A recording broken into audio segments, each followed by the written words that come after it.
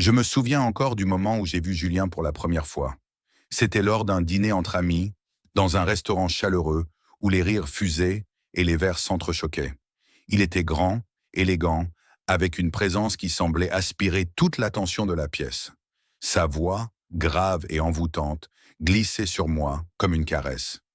Lorsqu'il m'a souri, j'ai senti mon cœur s'arrêter. À 24 ans, j'étais jeune, pleine de rêves, et je suis tombée amoureuse comme on tombe d'une falaise, brutalement, sans espoir de retour. Julien était tout ce que j'avais toujours voulu. Charismatique, attentionné, il me faisait sentir unique, comme si le monde entier disparaissait lorsqu'il posait ses yeux sur moi. J'étais alors secrétaire dans un petit cabinet comptable, un travail simple mais stable. Julien, lui, était chef de projet dans une grande entreprise de construction, un homme ambitieux avec des rêves à la hauteur de son charme. Ensemble, nous formions un couple parfait, du moins en apparence. Nous partagions des projets d'avenir, des soirées à rire et à rêver dans notre petit appartement en ville, décoré avec soin.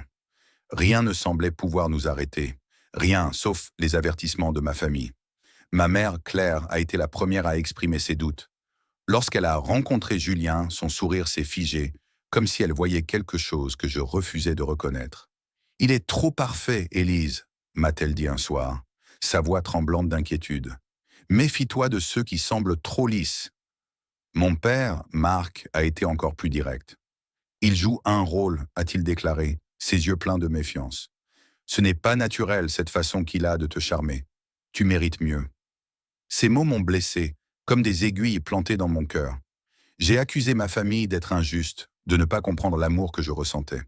J'étais leur petite fille, leur unique fille, après 2 fils aînés déjà partis vivre leur vie. Je pensais que leur réticence n'était qu'une peur de me perdre. Julien, lui, n'avait pas de famille. Orphelin de ses parents dès son plus jeune âge, il avait été élevé par un oncle distant et cruel. Cette histoire me brisait le cœur. Il me parlait souvent de son rêve de construire une famille aimante, une famille qu'il n'avait jamais eue. « Je t'aimerai jusqu'à mon dernier souffle », me murmurait-il en me serrant contre lui. Ces mots étaient ma boussole, mon refuge. Je m'y accrochais comme à une vérité absolue, ignorant les signaux d'alarme. Lorsque ma famille a continué à s'opposer à notre relation, j'ai fait un choix que je regretterai pendant des années. J'ai menacé de couper les ponts si mes parents n'acceptaient pas Julien. Mon père, blessé, a refusé d'assister à notre mariage, le qualifiant de mascarade. Ma mère est venue, mais son regard était voilé de tristesse, comme si elle voyait déjà le malheur qui m'attendait. 6 mois après notre rencontre, Julien et moi nous sommes mariés dans une cérémonie simple mais élégante. J'avais choisi mon prince charmant contre l'avis de ceux qui m'aimaient le plus. J'étais convaincu d'entrer dans un conte de fées. Les premiers mois de notre mariage ont été une bulle de bonheur. Julien était le mari parfait, attentionné, toujours prêt à me surprendre avec un bouquet de fleurs ou un dîner préparé à 2. Nous avions loué un appartement en ville, un cocon que nous avions décoré avec des meubles chinés et des touches de couleurs vives. Nos soirées étaient remplies de rires, de projets d'avenir, de rêves d'enfants courant dans une maison à la campagne. J'étais tellement absorbé par cette vie parfaite que je ne voyais pas le fossé qui se creusait avec ma famille. L'absence de mon père à notre mariage avait laissé une plaie béante. Mais je l'ignorais, trop occupé à vivre mon idylle. Puis, 8 mois après notre mariage, j'ai appris que j'étais enceinte. La nouvelle nous a submergés de joie. Julien et moi avons passé des heures à imaginer notre futur enfant, à choisir des prénoms, à rêver d'une vie encore plus parfaite. Mais 2 mois plus tard, la tragédie a frappé. J'ai fait une fausse couche. Le chagrin m'a englouti. Je passais des journées entières au lit, les larmes trempant mon oreiller, incapable de comprendre pourquoi mon corps m'avait trahi. Julien était là, solide comme un roc. « On s'en sortira, Élise », me disait-il en me tenant la main. « Je suis là pour toi. » Sa présence était ma seule lumière dans l'obscurité et je m'y accrochais de toutes mes forces. 6 mois plus tard, une seconde fausse couche m'a brisé à nouveau. Mon gynécologue, le docteur Moreau, était perplexe. À 25 ans, j'étais en bonne santé, sans antécédents médicaux. « Il n'y a aucune raison que cela se reproduise », m'assurait-il. Mais son froncement de sourcils trahissait son inquiétude. Julien, lui, restait inébranlable. « On n'a pas besoin d'enfants pour être heureux », murmurait-il en m'embrassant le front. Toi et moi, c'est suffisant. Ces mots étaient un baume sur mes blessures, et je m'appuyais sur lui, m'éloignant encore plus de ma famille. Julien était devenu mon tout, mon amour, mon confident, mon protecteur. Mais petit à petit, presque insidieusement, les choses ont changé. Julien a commencé à faire des remarques sur ma garde-robe. Ce chemisier est trop voyant, disait-il avec un sourire. Tu serais plus élégante en quelque chose de plus simple. Au début, je prenais ses suggestions comme des preuves de son attention. Puis il a commencé à commenter mes horaires de travail, suggérant que je me fatiguais trop. Tu devrais ralentir, insistait-il. Naïve, je pensais qu'il voulait simplement prendre soin de moi. J'ai commencé à modifier mes habitudes pour lui plaire, sans me rendre compte que je cédais peu à peu le contrôle de ma vie. Au fil des années, les fausses couches se sont multipliées. 6 en 3 ans. Chaque perte était un coup de poignard, me laissant brisé, rongé par la culpabilité. Le docteur Moreau multipliait les examens, mais aucun ne révélait de problème.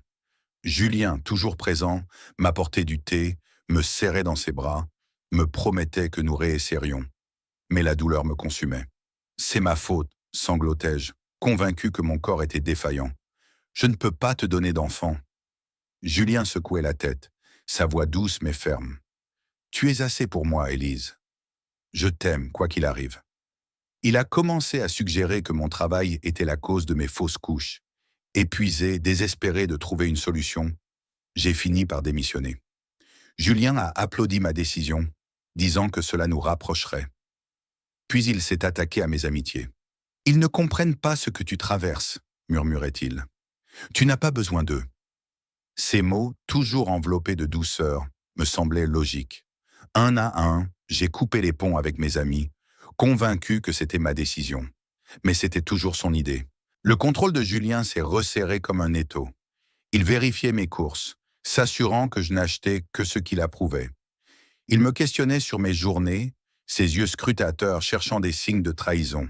« Tu es resté à la maison toute la journée ?»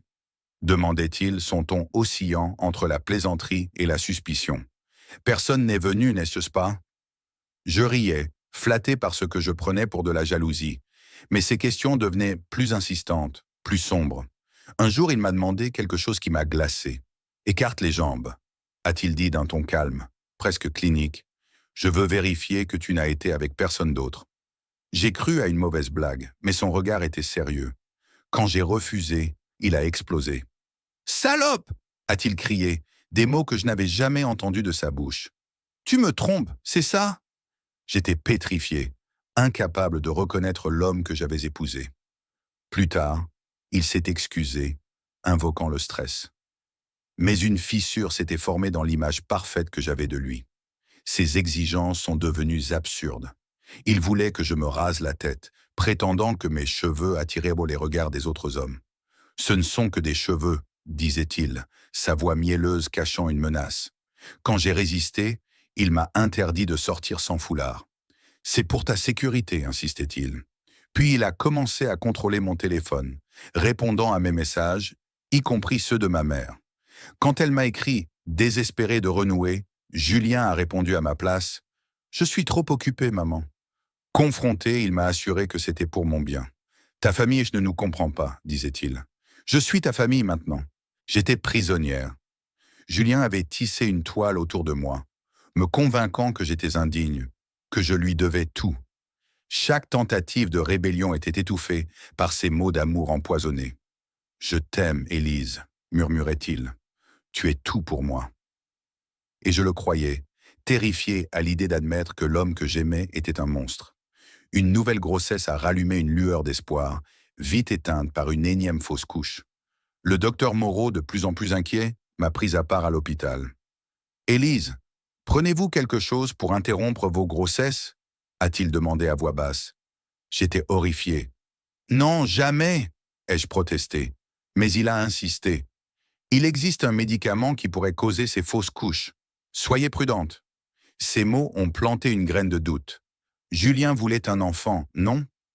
L'idée qu'il puisse être responsable était absurde. Pourtant, le soupçon grandissait. Un matin, alors qu'il était au travail, j'ai fouillé notre appartement, la culpabilité me rongeant. Après des heures de recherche, J'ai trouvé une plaquette de comprimés dans la poche d'une de ses chemises. Cytotec. Mon cœur s'est arrêté. Une recherche en ligne a confirmé mes pires craintes. Ce médicament était utilisé pour provoquer des avortements. J'ai appelé le docteur Moreau, la voix tremblante. Il a confirmé que le Cytotec pouvait causer des fausses couches à répétition s'il était administré à l'insu de la patiente. Mon monde s'est écroulé. L'homme que j'aimais, en qui j'avais confiance, avait saboté mes grossesses. Chaque perte, chaque larme était son œuvre. Quand Julien est rentré ce soir-là, son sourire habituel m'a semblé monstrueux. « C'est toi ?» ai-je murmuré, brandissant la plaquette. « Tu as tué nos bébés ?» Il a nié, puis, face à mon insistance, il a avoué avec un calme terrifiant. « Je l'ai fait pour nous, » a-t-il dit. « Un enfant nous aurait séparés. Tu es à moi, Élise. » Il a décrit comment il glissait les comprimés dans ma nourriture, orchestrant chaque fausse couche pour me garder dépendante. Ces mots, prononcés avec une conviction glaçante, ont brisé l'illusion de notre amour. Je ne pouvais plus rester, mais partir était un défi. Julien m'avait privé de confiance, d'amis, de ressources. Pourtant, la vérité sur les pilules m'a donné la force de m'échapper. J'ai attendu qu'il soit au travail, préparé un sac et appelé ma mère. « J'ai besoin d'aide », ai-je sangloté. « Tu avais raison. » Elle n'a pas hésité. « Rentre à la maison, Élise. » Revenir chez mes parents a été un refuge. Mon père, malgré la douleur de notre éloignement, m'a accueilli à bras ouverts.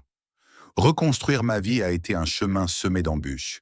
La thérapie m'a aidé à démêler les manipulations de Julien. J'ai renoué avec mes frères, reconnecté avec des amis perdus. Lentement, j'ai redécouvert la femme que j'étais avant lui. Forte, capable, digne d'amour. Julien n'a pas abandonné facilement. Il appelait, envoyait des messages, se présentait chez mes parents. Mais j'étais déterminé. Avec l'aide de ma famille, j'ai demandé le divorce et une ordonnance restrictive. L'enquête sur les pilules n'a pas abouti, faute de preuves solides, mais la vérité m'avait libéré. Des années plus tard, je vis dans un appartement lumineux, entouré de livres, de plantes et des rires de mes amis. J'ai repris mes études, obtenu un diplôme de conseillère, et je travaille désormais pour aider d'autres victimes de relations abusives. Les cicatrices de mon mariage sont toujours là, mais elles ne me définissent plus. J'ai renoué avec mon père, qui s'en veut encore de ne pas m'avoir protégé. « Tu as essayé », lui ai-je dit en le serrant dans mes bras. Ma mère est devenue mon roc, me rappelant ma force. Quant à Julien, il a disparu dans une autre ville, prêt à charmer de nouvelles proies. Je ne peux pas les sauver, mais je peux vivre ma vérité et aider les autres à trouver la leur. Je ne suis plus la jeune fille naïve qui croyait en un conte de fées. Je suis Élise, survivante, combattante et enfin libre.